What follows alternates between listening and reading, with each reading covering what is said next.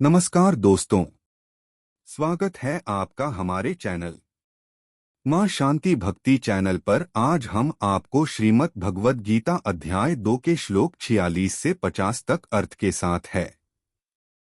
यदि पहली बार चैनल में आए तो कृपया चैनल को सब्सक्राइब कर देना और बेल आइकन को दबाकर ऑल सिलेक्ट कर देना, क्योंकि जब हम वीडियो अपलोड करेंगे तो समय पर नोटिफिकेशन मिल जाएगी।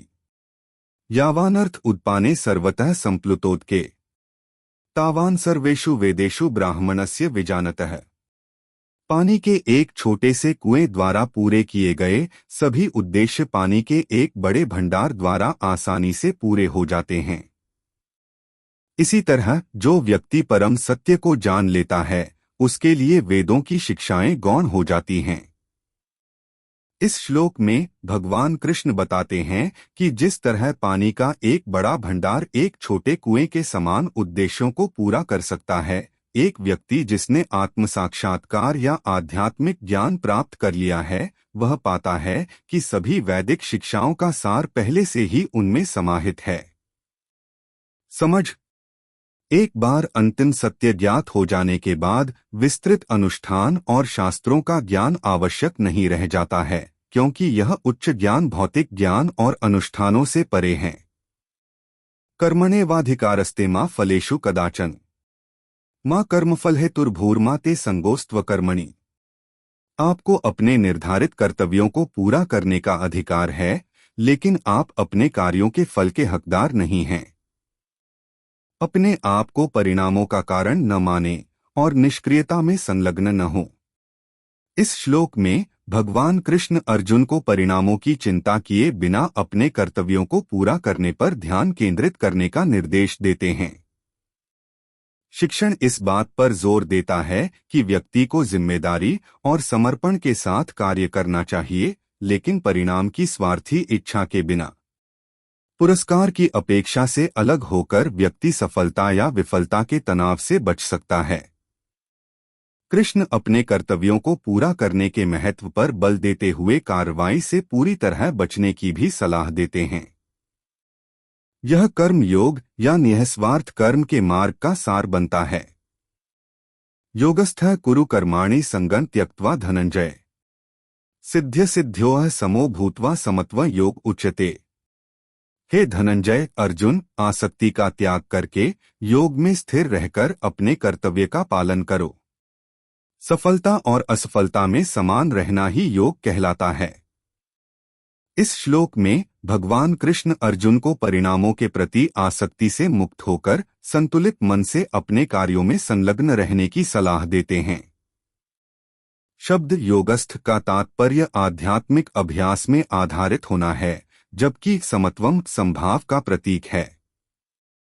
कृष्ण अर्जुन को सफलता और असफलता के द्वंद्व से अविचलित रहते हुए अपनी जिम्मेदारियां निभाने के लिए प्रोत्साहित करते हैं।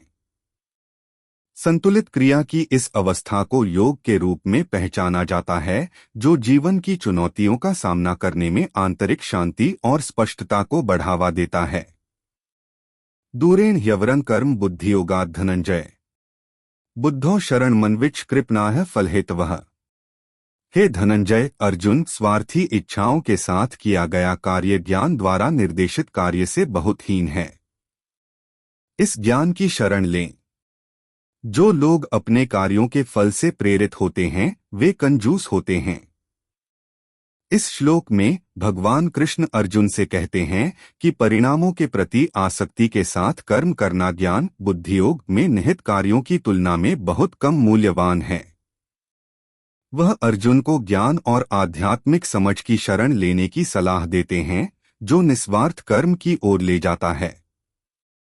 जो लोग केवल भौतिक लाभ या पुरस्कार के लिए कार्य करते हैं, उन्हें कृपणाः कंजूस माना जाता है, क्योंकि वे खुद को अस्थायी सांसारिक लाभों तक सीमित रखते हैं और आध्यात्मिक विकास के उच्च उद्देश्य से चूक जाते हैं।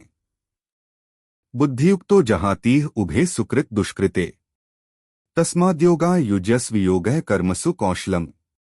जो ज्ञान और भक्ति के साथ कार्य करता है, वह इस जीवन में अच्छे और बुरे दोनों कर्मों को त्याग देता है। इसलिए योग में लगे रहने का प्रयास करें, क्योंकि योग कार्य में कुशलता है। इस श्लोक में भगवान कृष्ण अर्जुन को सिखाते हैं कि जब कर्म ज्ञान और आध्यात्मिक समझ बुद्धियुक्त के साथ किए जाते हैं तो व्यक्ति अच्छे और बुरे कर्म के द्वंद्व से परे हो जाता है। कर्म योग निःस्वार्थ कर्म का योग का अभ्यास करने से व्यक्ति अपने आप को पिछले कर्मों के बंधनकारी प्रभावों से मुक्त कर लेता है। कृष्ण ने अर्जुन से योग में शामिल होने का आग्रह किया क्योंकि इसमें कुशल क्रिया शामिल है, जहां व्यक्ति स्पष्टता, वैराग्य और सचेतनता के साथ कार्य करता है, जिससे मुक्ति मिलती है। देखने के लिए धन्यवाद। भगवान सभी को आशीर्वाद दें। अधिक ज्ञानवर्धक सामग्री के लिए लाइक और शेयर करना न भूलें और कमेंट करें कि वीडियो कैसा लगा। अगली बार तक आध्यात्मिक विकास और आंतरिक शांति की दिशा में अपनी यात्रा में भगवत गीता के ज्ञान को अपनाएं। इस वीडियो का पहले सभी भगवत गीता का वीडियो प्लेलिस्ट में देखें। प्लेलिस्ट का नाम भगवत गीता श्लोक और अर्थ